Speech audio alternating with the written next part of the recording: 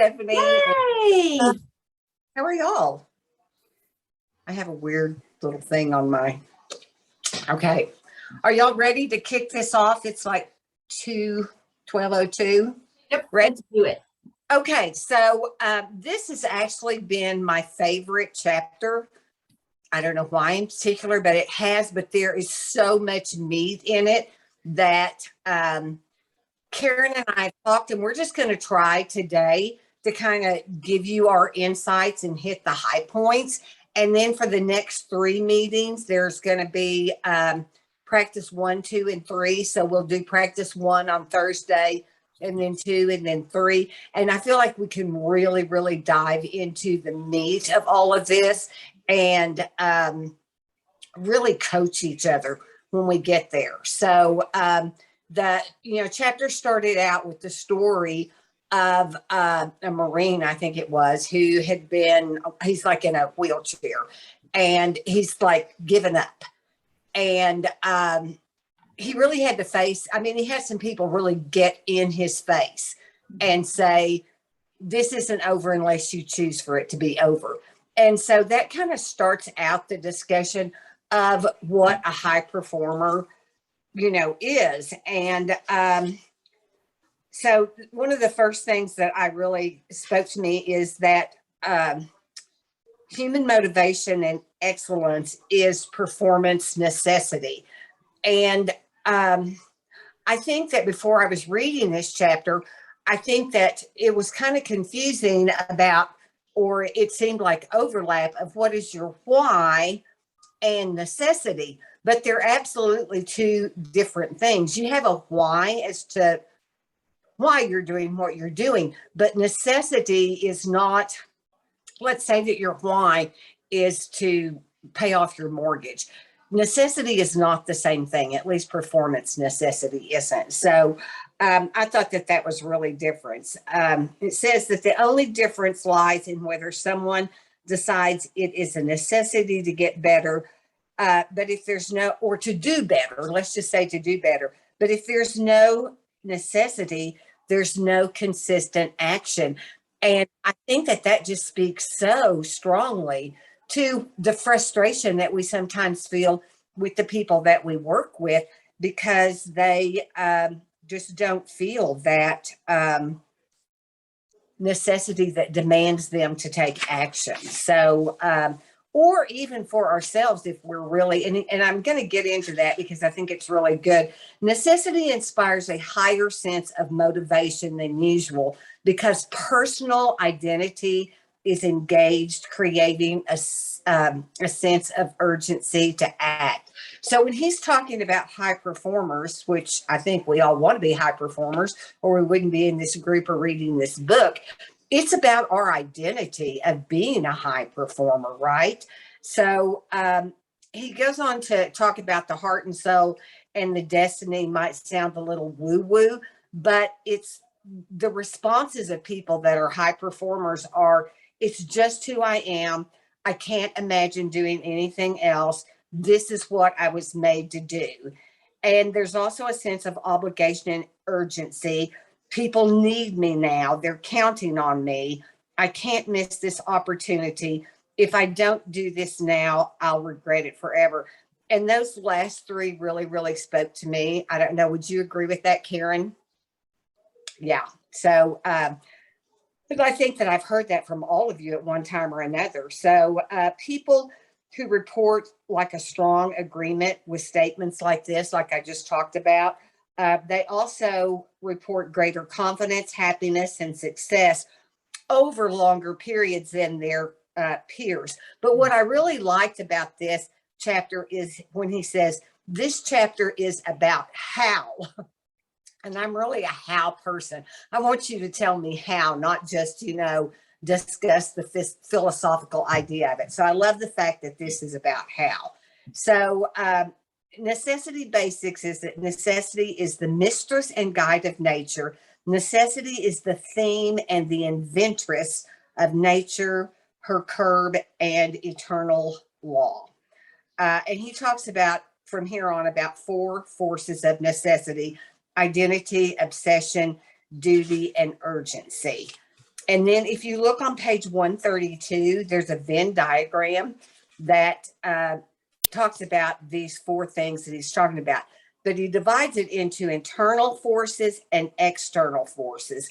Then I'm going to be talking about the internal forces, and then Karen's going to talk about the external forces. So, Can we stop real quick? yeah. Sorry. Well, I was just going to see if anybody else had something in just the intro that Vicki didn't touch on. Yeah, something that just really grabs your attention. No? Okay. So, like I said, and I don't know if that's the same. If you have a different book than I do, the Venn I think it's about 5-page difference. So they may be 5 pages behind us. is on page 132 in mine. Does somebody have a different one, different page? Yeah, mine's 139. 139. Okay, so it's going to be on one or the other. But so Charles Dickens said that whatever I have tried to do in life, I've tried with all my heart to do it well. Whatever I've devoted myself to, I have devoted myself to completely. And I love this question that on page 132, he says, have you ever noticed you feel guilty when you're not living your values or being the best version of yourself? So I'm going to ask you that. Do any of you relate to that? Because I really did. Perhaps you believe you're an honest person, but you feel like you lie too often. This one, you set goals but don't follow through. Or you notice how good you feel when you're being a good person and you follow through on what you say and what you desire. So high personal standards and commitment to excellence are really what we're talking about here. And with high performers, it's their identity. It's not always the choice or the enjoyment of the task that drives them to do well. And he talks about people that athletes, they may not actually enjoy working out, but it's part of their identity and it's what makes them high performers. So in the end, satisfaction is not the cause of great performance, it's the result. So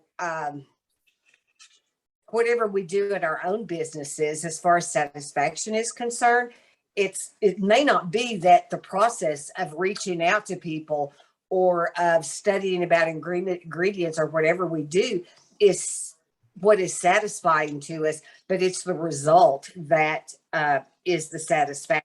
So high performers care even more about excellence and thus put more effort into their activities than other people do. So when we talk about IPA or something like that, it may not be satisfying to do that, but if we know that it's what makes us excellent at what we do, let's talk about serving people, then that's really going to be our driving force. High performers don't just know that they have high standards and want to excel. And this was the part that I thought was so key. They check in several times throughout their day to see whether they are living up to those standards. And underperformers, on the other hand, are often less self-aware and sometimes oblivious to their behavior, their results. So it just goes on here talking about self-monitoring.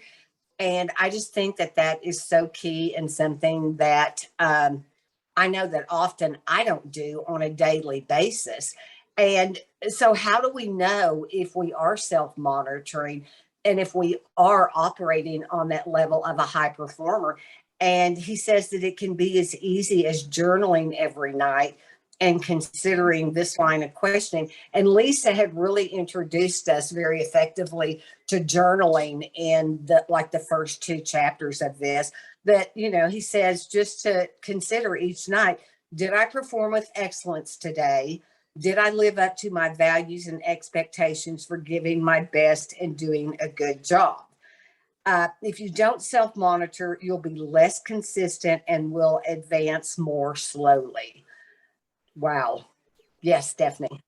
So Vicki, I was going to tell you, this self-monitoring actually relates really well to our business as well, because Kim and I have a team member who she's very high performing, but for some reason she gets so much anxiety from looking at her virtual office.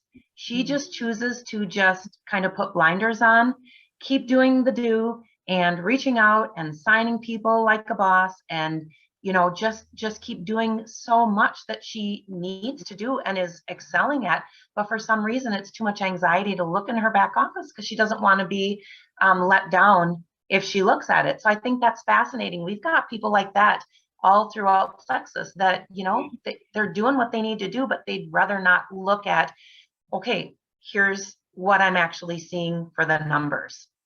Well, and he actually goes on to say a little bit lower that high performers have less stress than their peers, and they feel they're making a greater difference and are being well rewarded for those efforts.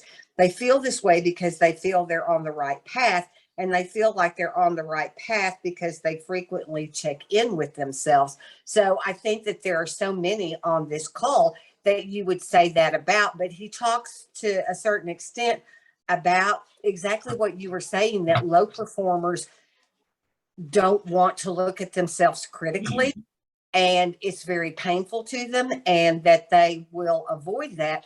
But that high performers, it's something that they're used to. They're okay with it because they do check in with themselves so frequently. And particularly in our industry, and Karen and I were just talking about that, the ebb and flow of network marketing, high performers just become very tuned in to being really honest with themselves. And with that self-monitoring, they can say, I don't care what the numbers say, I know that I have done what I needed to do and that I have excelled in what I'm doing. Would y'all, that anybody have any comments they want to make on that? I wanted to mention that, we all set goals, and then I feel like pretty much everybody on this call probably self-monitors. The problem comes when you self-monitor, you feel like you're not doing the things that you should be doing, and then you get into inactivity, or you avoid what you need to do to move forward. I consider myself a high performer. I raise necessity all the time, but still you get in this slump where, okay, I need one more for the shoes or whatever. I know you guys have all been there. I'm trying, I'm doing all the things, but really, am I doing all the things? Maybe I'm doing the wrong things. Maybe I need to do other things. So you start questioning yourself whether or not you've set the correct goal and you're doing the things to get to that goal. So you have to give yourself a little bit of grace, I think, even though you're trying to raise necessity, to just give yourself grace and know that if you set a goal and you don't reach it, to find within that goal what you did reach and be happy with that, and then set a new goal for the next time. Because that's what I do. My book, thank you, Lisa. That really led into what I was going to go to next, and that was on page 137. He's talking about underperformers, and again, this is a how-to chapter about how you can move from being a low performer to a high performer. I don't always think of myself as a high performer. I think we've all had seasons in life. And Lisa, I know that, I don't know about everybody else and what their careers have been. Lisa and I have both been in education and different levels of it. And I was a very high performer there. When you change careers, sometimes you don't always feel like the skill set that you have or whatever you had so much confidence in yourself on transfers to that. So that's why I love this about a how-to of moving from being a low performer to a high performer. And I think it's something that we can take in training our teams. But the goal for all underperformers must be to set new standards, self-monitor more frequently, and learn to become more comfortable with taking a hard, unflinching look at their own performance.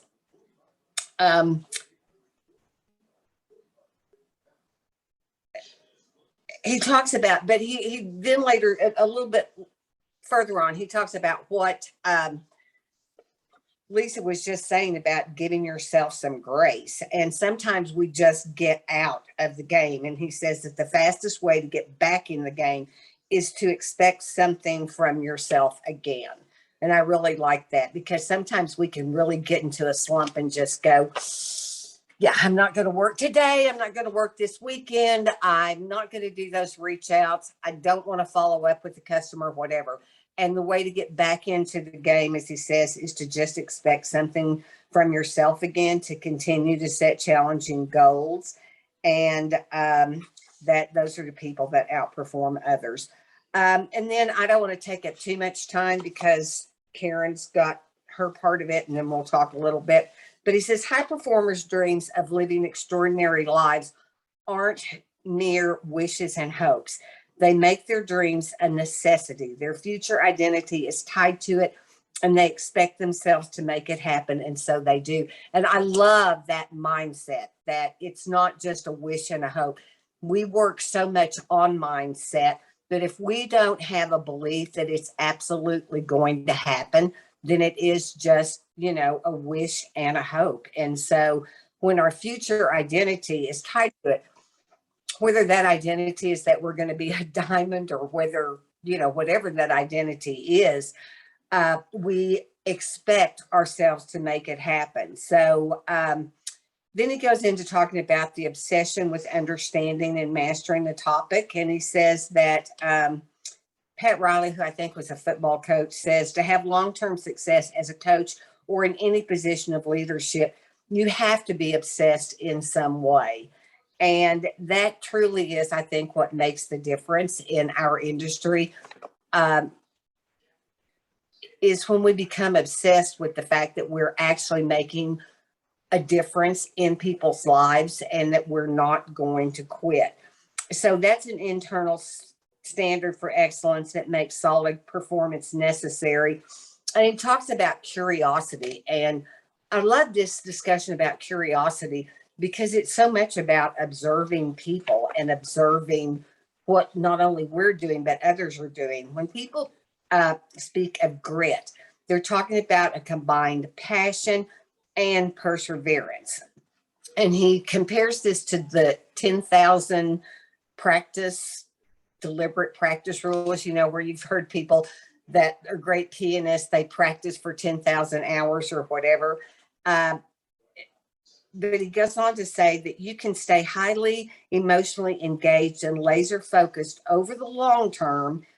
I really love this, even when motivation and passion inevitably rise and ebb in waves of interest, even when others are criticizing you and they might be right, even when you fail again and again, and even when you're forced to stretch well beyond your comfort zone so that you can keep climbing, even when everyone else would have given up and moved on, even when all signs say you should quit.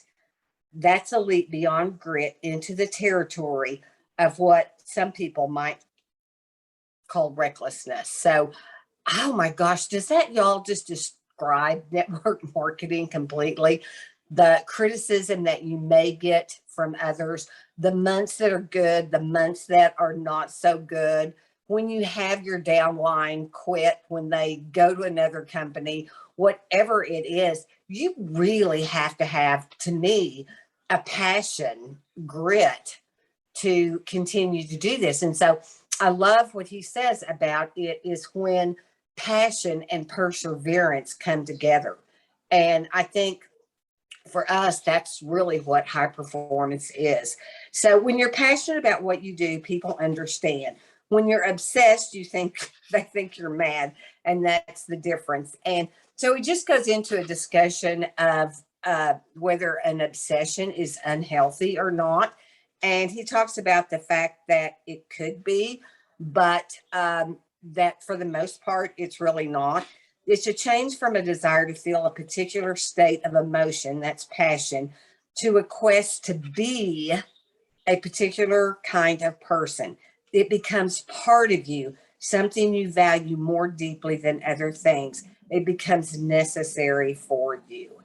I just really love that. So he, on page 142 in my book, he talks about a definition of obsession, and that he doesn't find any of those to be particularly unhealthy. And I definitely agree with that. So if you're wondering whether you have an unhealthy obsession, it's pretty easy to figure out. When your obsession starts running you, and I think this is really key for all of us as well. When your obsession starts running you instead of you running it, if it starts tearing up your life and wrecking your relationships and causing unhappiness all around, then you have a problem.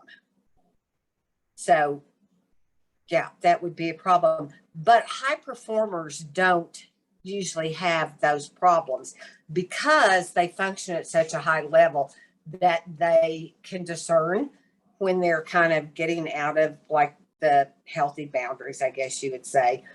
When high personal standards meet high obsession, then high necessity emerges, and so too does high performance. So on the bottom of page 143, he asked us to spend some time reflecting on these following statements. The values that are important to me to live include: a recent situation where I didn't live my values was. The reason I didn't feel it necessary in that moment to live my values is. A recent situation in which I was proud of living my values or being a particular kind of person was. The reason I feel it necessary to be that kind of person then was. The topics I find myself obsessed with include, and a topic I haven't been obsessing about enough in a healthy way is. So looking over those real quickly, does anybody want to comment? Is there anything there that kind of stands out to you about values and how you live them, or a time when you feel like you didn't? Because remember, starting out this chapter, he talks about what really, if you're a high performer, what really leads you to feel like you're failing is when you don't live up to those values. Any comments from anybody? I just want I to, do. I know Val wants to say something. I just want to say really quick. Go Do you ahead. guys all find that we're kind of a little bit obsessed with training? All of us? I just wanted to say that really quick. I don't Yeah. think there's anything wrong with that, but we are obsessed. I think it's Yes, I it's agree. balanced. Val? So along with what Lisa just said, I was going to say that as well, is I'm always thinking that I'm not doing enough. And I think some of it has to do with, and I know so many of us are in that same boat. Like, I don't have a sponsor who really like taught me the ropes. I kind of did a lot of it blinds and just like stumbling and finding things out. And thank goodness Brooke Hemingway had her Align group, because I think that really taught me a lot.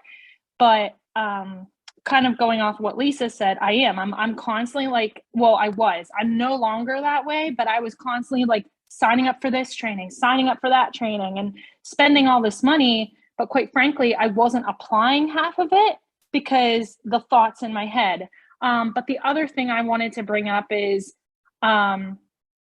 so I know that, we obviously want, in a perfect world, we want all of our new people to go Fast Start Silver, right? Because then they get all their products paid for and blah, blah, blah. But I think the one thing that I've always held on to is the fact that, like, I'm not going to, like, if they say no the first time and they say no the second time, even if they're like finding wins, like with their products, then I'm just going to sit back and just keep being the supportive person for them. And I still have people that don't agree with me on that. But I find that that's what works. So like last month, one of my people who had been on the products for 6 months, okay, she finally was ready to post. And her post was amazing. Not only that, everybody that was interested, she plugged them all into one group, gave her story again, told them that I was her mentor and I helped her get started. But the passion and the belief that came out of her, that would have never came out a month in, 2 months in, 3 months in. So I guess when it comes to the one question about like holding on to your beliefs, I think what I'm finding, not just with her, but with someone that she signed up to, and there's another girl, is that you kind of have to just be a good person, like work on that relationship part of it first. And if and let things naturally happen. I think that's what's better than trying to push people to go fast start silver or have them post when they're not ready, because then the belief isn't there, you know? At least that's what I'm finding in my situation. So, but there's still that inner critic in me that's like, well, maybe you're not saying enough to get that, you know, like I have this inner critic, and like she's always telling me the worst things ever. But I found that this past month, it worked for me, you know, again, and I even told her that. I said, wow, the belief that you have when you're talking about these products, and even when some people were giving her objections, she knew how to answer them. I didn't even have to train her. It's amazing. So go ahead, Lisa. I saw you had something you wanted to say. I just wanted to say I agree with you, Valeria. I agree with you so much about this. We got a girl that's been in there for Plexus for 2 years. I've asked her to share though since the beginning. I've said, hey, let's get you sharing. Hey, let's get you sharing.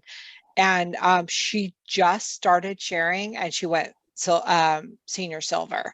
Not fast start, but senior silver, got 2 sets of Nikes. She's super thrilled. And now she's like ready. She's on fire. She's ready to like go. And I've watched her live, and she knew exactly what she was talking about. So she's been paying attention. So sometimes I just absorb what you're saying through your posts. But I do think it's important to ask. Is to ask them. I ask everybody anyway, so that they know it's available, because there are people there that want to make money right away too. I do have people like that. So ask, but if they don't want to, just keep moving it along. Just keep asking. Stephanie and I were saying in the thread is, and I think that's one of the best changes they made, is their clock doesn't start until they're ready. Because just like how many of us, I mean, me for sure, I had done network marketing, was, oh, do not even, you know. And then once I started loving the products and sharing, I was like going, oh man, if I'd known. And then in my mind, I'm going, no, because I wasn't ready. I didn't believe in them. You know, but if we could have had this, I'm talking about, you know, we could have gone crazy fast. Well, unfortunately, love she was an ambassador. I signed her up as an ambassador in the beginning. I didn't do, this was back when it was better to kind of sign up as an ambassador. So she's been, you know, she's not fast start eligible. I'm so glad they changed it. Yeah, Well, I agree with that. With the new completely. bonus this month, you can get $100. So you can make up for it. Are you saying they changed the fast start to where if they flip No. over? Remember, before last October, we didn't have VIP customers. We had, Okay. so if somebody was an ambassador, their day one was the day they upgraded.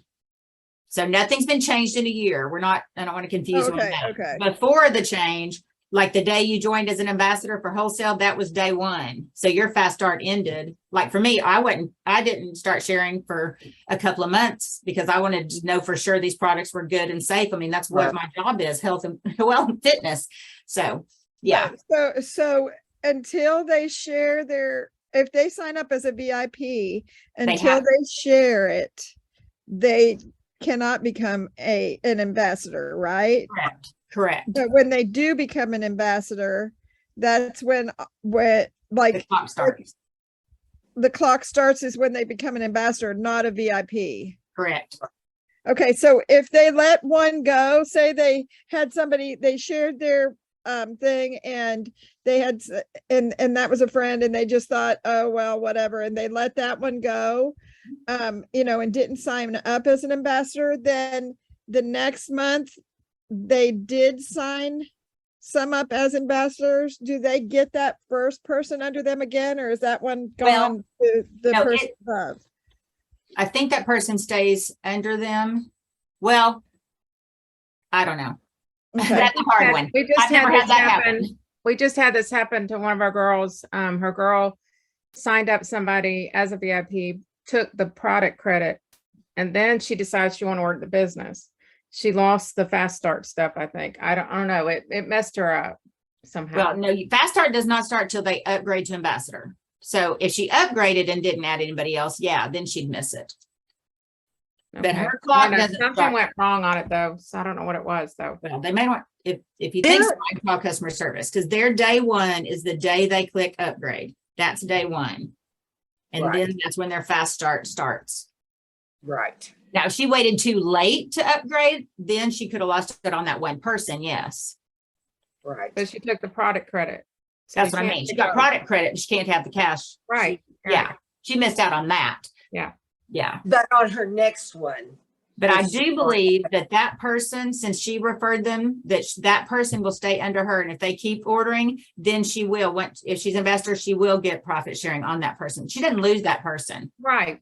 She just Right. doesn't, it doesn't count as one of her. Okay, that answers my question, what I asked you earlier. I just wasn't probably asking it the right way. good. Okay, well, I'm going to move on so that Karen has time to share. So just glancing back at your Venn diagram, I just talked about the internal forces, which are personal standards of excellence and about being obsessed. And now Karen's going to talk about the external forces of being a high performer. And I really thought it was interesting that the internal forces is a lot longer section than the external, because if you guys have come to realize, especially once we get to some of our levels, it's all right there. It's all in your head. You know, maybe at the beginning, you don't know. Well, then after the fact is like, I know everything to do. It's this that stops me. So the internal, I believe, is so important.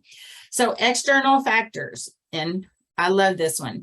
You never know how strong you are until being strong is your only choice. And it is really true. So be very careful saying, oh, I could never do that, because you may be tested. An external force of necessity is any outside factor that drives you to perform well. And of course, we talked in the last chapter about necessity. We have to have a necessity internally to really be able to stick to doing what we need to do to get to where we want to go. But there's also external forces that are necessities, because we have people, you know, relying on us. We feel a sense of duty.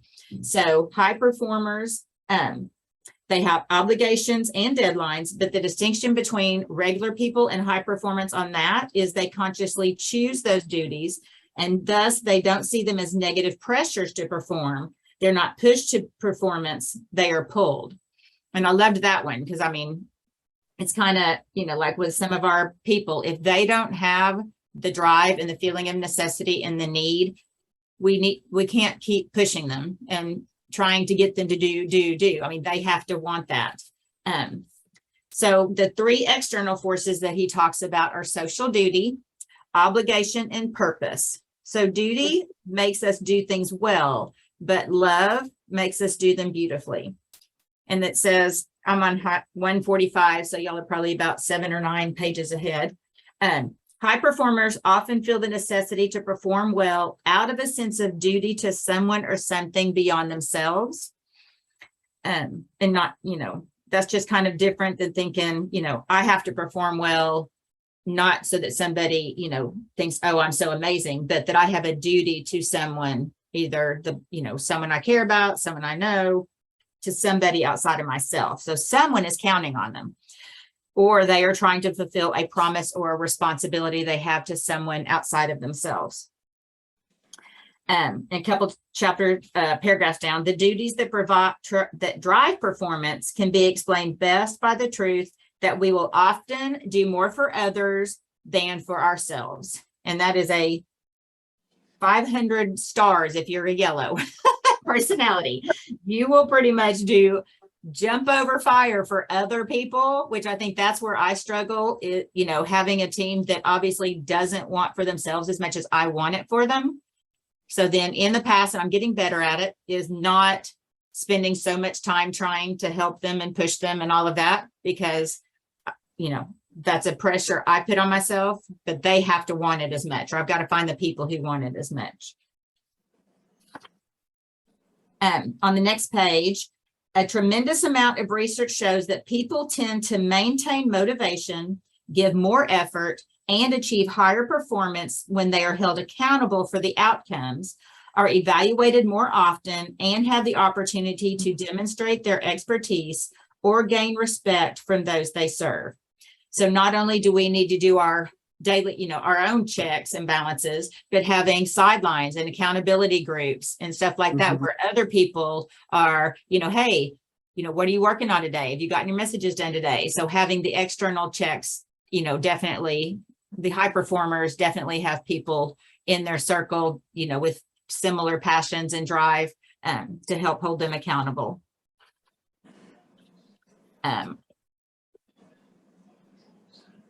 So on the next page, it says, I learned that when you have the opportunity to serve, you don't complain about the effort involved. And if you think about it, when you're doing something that is also serving someone else, you really will do a whole lot more than when it's just something that you're kind of, wanting to do for yourself. At least I feel that way. It's the sense, high performers have a sense of duty to something beyond themselves, their country, and their comrades in arms. It's also why most high performers mention purpose as motivating their best performances. So their sense of duty or obligation to a higher vision, a mission, or a calling propels them through the hardships of achievement.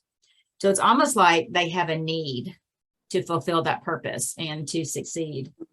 And it says, in fact, when he talks to high performers, they regularly say they don't have a choice but to be good at what they do.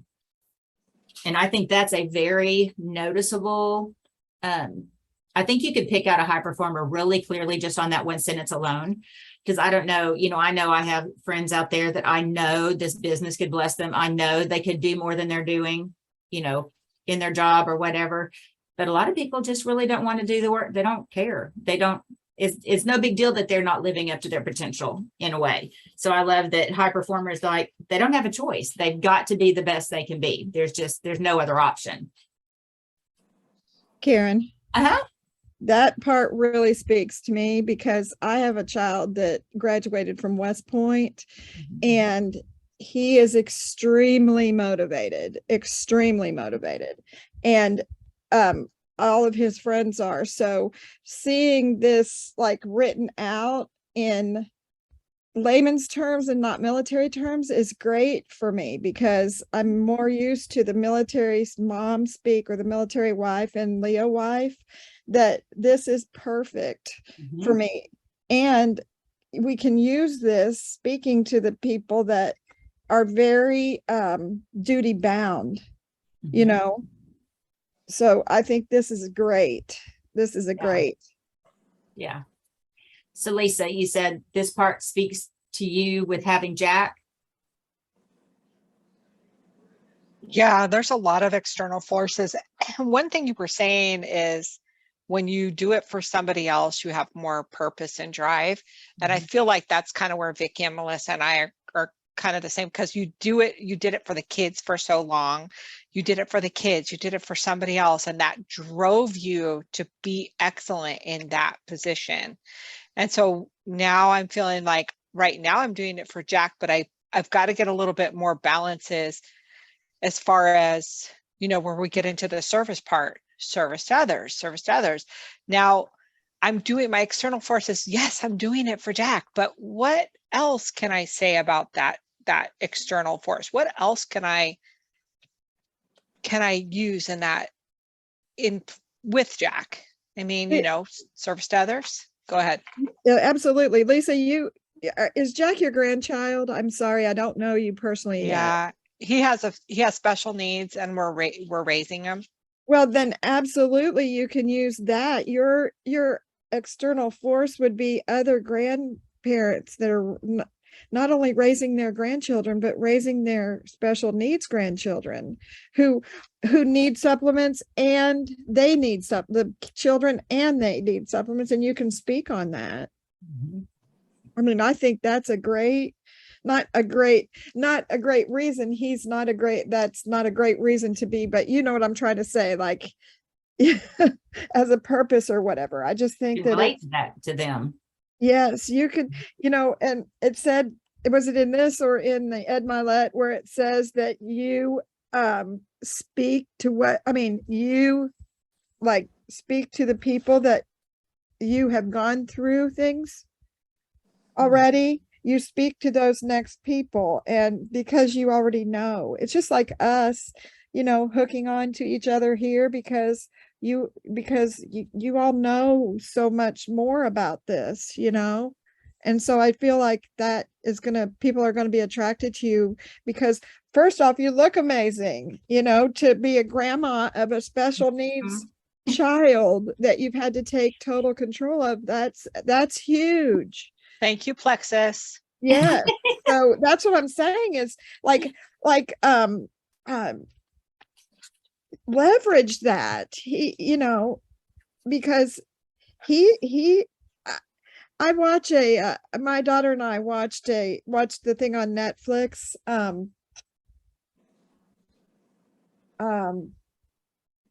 Oh, you probably watched it. It's about the autistic children that are dating and they're in Australia. Anyway, it's beautiful. And so those parents speak to other parents, have spoken to other parents to get their children a community. That could be done too, Mhm. We could have a whole conversation on this topic of what you're, how you dial down to your thing, Right. your niche. And I feel like I can't get to that niche because I have a couple of them that I speak to. I'm a menopausal woman, plus I'm a grandma, plus, I'm a special needs Nana. So it's like I hate niching down because I feel like it limits you. Then describe yourself as a menopausal grandma with a special needs child. Grandchild, raising a special needs grandchild. Like just put that right in your Instagram top of it. Like, I don't know if you follow Brock Johnson. He's really good at helping with that. And then also there's a guy named Social Media Whisperer. His name is Alon Thompson. He's really good too on Instagram. I have not heard of him, but I have heard of the other guy. Oh, Yeah. So Karen, do you want to talk about deadlines now before we run time? Before we hit our deadline. Yeah, Before so we have a deadline. the next little session is real deadlines. So without a sense of urgency, desire loses its value. That's Jim Rohn. So one of the things that actually came up in the internal was fitness people, athletes, and all of that. I kind of thought about this, since a lot of that is my world that I live in, is not only business wise, do we have to have, a deadline for our goals and that sort of thing. It has to be intrinsic as well. And so, I know that the athletes and all that, we need to get in the mindset of, we do what we do every day because we want to hit, this, I have a goal to hit my next rank, by this time. So setting that deadline and being specific and then kind of looking back on how you're going to get there is obviously huge. So people who just say, oh, I want to be a diamond one day. Well, guess what? You probably are never going to be, because you can't just one day. It's not just going to happen. You really have to be pretty specific in your deadlines and then back it up. And also kind of like we were, before we got on the call, we were talking about, she was cracking up about how many of the upper levels and people who hit, earn the things on the last day or do on the last day.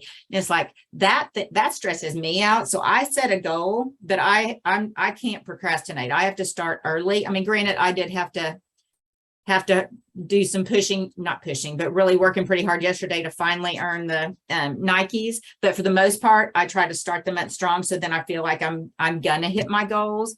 Because if I feel like I've got a big goal and I wait and it's like, oh, there's no way, then I won't do it. So you have to create a sense of urgency, but also have it be realistic where you can feel as though you're going to hit it. On that next page, the bolded, the reality is when you choose to care for others and make a big difference in the world, the number of deadlines coming at you will increase. So that's another thing, that as you grow with your business is to also realize the more people on your team, the more customers, the more this, you are going to have more responsibilities. It's not one of those you get up there and hit your goal and then you sit back and just coast. I mean, there will always be, so just be prepared for it and just know, have systems in place and all that. So it doesn't, catch you by surprise. So some might assume that time pressure makes people miserable, but it's just not what he has observed. especially I think in regards to high performance people. A recent study found that by having a deadline, not only did people focus more to complete that activity, they found it easier to let that activity go and devote greater attention to the next. So I kind of felt like it was the, how you we transition from one task or thing we have during that day, we let it go, we move on to the other. So I really think this ties back to some of the earlier chapters. I think it was Laura and Janet that covered that one, when it was like transitioning from, you're at home getting ready, to go, do your IPA. And then you transition, okay, leave behind the morning activities, sit down, now focus on this, then transitioning. So having a deadline to get something done then helps you move forward once you've hit it. So deadlines help us get closure between activities so we can give our full focus to what we need to be working on now. So the last little section of this is keeping the fire. Identity, obsession, duty, deadlines. As you can imagine, any one of those forces can make us bring up our game. But when internal and external demands mix, you get more necessity and an even stronger wind at your back. So he says, I'll repeat the part about this being a sensitive topic. Lots of people dislike necessity. They hate feeling any sort of pressure. They don't want internal pressure because it can cause anxiety. They don't want external pressure because it can cause anxiety and real failure. But still, the data is clear. High performers like necessity, and in fact, they need it. When it's gone, their fire is gone. So a lot of that is kind of like with our mindset. We just need to try to switch it, pressure, instead of making us anxious, should make us feel excited to do more and be more. So a lot of that, again, is mindset. So Melissa says, the life of a procrastinator, always get into high gear at the last minute. Yes. So then on the last page, just above pressure practice one, it says, bottom line, we change and improve over time only when we must. So again, kind of back to really knowing what your why is and the necessity of why you're doing what you're doing and keeping it front and center, the vision boards, the reminders of, why is this necessary for me to get out of my comfort zone and talk to people that scare me to death, and that sort of thing is really, if you don't have a really good reason behind why you're doing what you're doing, and how doing this is going to get you to where you really want to be, then this would be a miserable business to be in, I think. So did anybody else have some really key topics from the external forces that I had other stuff highlighted, but I didn't want to sit there and just read them all. I did love when he was first talking about deadlines. He said real deadlines are an underappreciated tool in performance management. And I think that that's so true. It definitely, it's part of that, sense of urgency. But I really like his discussion on real deadlines and fake deadlines. They do make a difference in performance, right? Yeah. Do you all find, or have you found that people that are, quote, underperforming or not as enthusiastic about it or whatever, they haven't hit that that point yet where their confidence comes up and their internal and external meet? Like, is there a way to post or to help people that kind of like, I kind of think, not really myself, but myself, like for 30 years, I was kind of in a shell, and then all of a sudden it was like, oh, well, yeah, here it's all, everything makes sense. And so I just wonder like how you can speak to those people that you feel like they've been hurt or sick or whatever, and someday they could really get out of it if they would just use Plexus. You know what I'm saying? Well, I was thinking, I thought you were talking more like, you have people on your team who don't think they can do this. It's really just trying on that aspect is really trying to think, okay, what are their strengths? What could they bring to the table? How could they help others? And really just speaking truth into them and building them up to help them with their, self-confidence. Because that's definitely inhibitor. Yeah, Karen, I think on page 151, so I don't know what it is, but it was in your part where it was talking about, he says, what would you, you have somebody that says, I don't feel like I'm as consistent or as disciplined as I used to be. Okay, so not saying that, but somebody that says, I don't feel like I can do this, or I don't feel like I have the skills that you do, or whatever. And he says, what would your next move with them be? Would you make them take a personality test or a strength assessment or go to a retreat in the woods? I sure wouldn't. I'd have a real conversation with them about necessity. I love this paragraph. I think that this is so key for how we can work with other people. And it all goes back to like having a real conversation about necessity. So maybe those people, there's so many things that you can find out in a conversation, but for those in our downline, or for those that we want to motivate, even to stay regular on their products or something like that, talking about necessity. I think that's just, I love that paragraph right there. Anybody else? Yeah, I love it too. And I was just wondering, how could we ask the questions of the people that aren't in this book study about these things, like explore the 4 forces of necessity? How can we come up with some questions? I'm just posing this to everybody that we could ask them if Babette has somebody that's inconsistent, or I do too. He says, bring them back. I'd explore the 4 forces of necessity with them to see what led them before, right? And see if they can achieve, or etc. I feel like we need to have some sort of a script or some way to talk to people that say those things to me, because I have those people that come to me too and say, I can't do it. You're way better at social media than me. You have influence. You know what you're doing. You whatever. And I feel like I'm always like, well, you can too. But then the teaching part of all of that is so huge, right? So how do we get to that part where we can go back and say, okay, do these things quickly without making it a big, go read the book, Yeah. You understand what I'm saying? Is that making sense? I'm a little tired. Yeah, I think that that's a great thing for us to all really reflect on before we come back together with practice 1 that we'll be doing on Thursday. So, and it kind of relates to the topic of that. Know who needs a game. Know who needs your A game.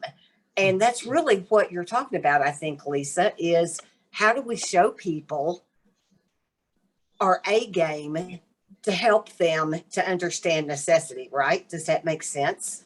Mm-hmm. So let's really, think about that coming back together on Thursday. And I think also we can go back to that very last page on in the internal forces on page 143, where he says, spend some time reflecting on the following statements that really, I think, are good indicators for what your internal forces are. Okay, so does that sound like a good game plan for Thursday? Perfect. Okay. I love that you brought that up, Lisa. I think that's really good that we can really use our own insights that we've had with other people and bring that together and see how we can share that with each other. Right. Because I feel like we all need to use what we're learning in the book for our businesses. And I'm always trying to figure out, how can I do that? I'm finding a lot about myself, but how do I apply this to my business? Absolutely. So we'll really use our next 3 meetings as opportunities to coach each other on what those practices are. Okay. Thank you guys for joining ladies. today. Thanks. Thank you. Bye. Bye.